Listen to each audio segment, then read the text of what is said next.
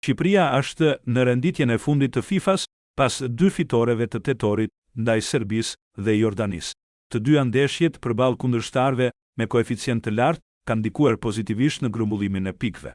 Sipas së renditjes së re, kuqezinjtë janë ngjitur me 5 pozicione dhe tani renditen në vendin e 61 në botë. Ky rezultat e forcon Shqipërinë në vazon e tretë për shortin e play-off-it të botrorit.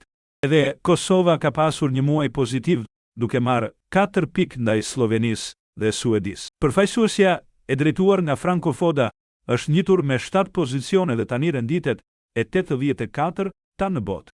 Ky është një rezultat rekord për Dardanët,